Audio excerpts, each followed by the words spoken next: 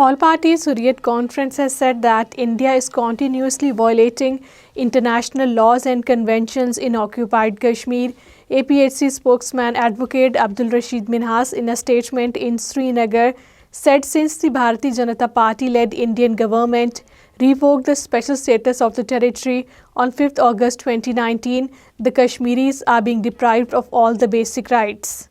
India is systematically violating international laws and conventions in occupied Kashmir.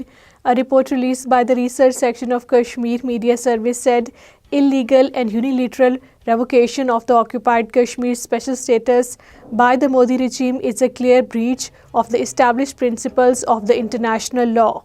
Ladakh groups, including the Leh Apex Body and the Kargil Democratic Alliance, in a meeting discussed the modalities for reserving 95% of the jobs for the locals. A subcommittee constituted by the Indian Ministry of the Home Affairs for discussion on the 6th schedule and statehood, among other demands, met with the senior officials of the ministry.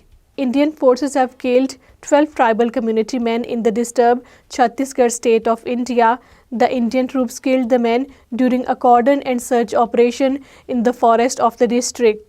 After Babri Mosque in India, Ajmer Sharif has become target of the Hindutva spree of the Bharatiya Janata Party to establish temples on the Muslim sacred lands.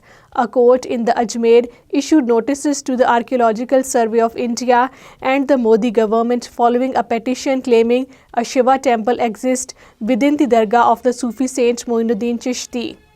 Indian national Sai Varshit Kandola on Thursday was sentenced to 8 years for an attempted attack on the White House with a rented truck on the May 22, 2023.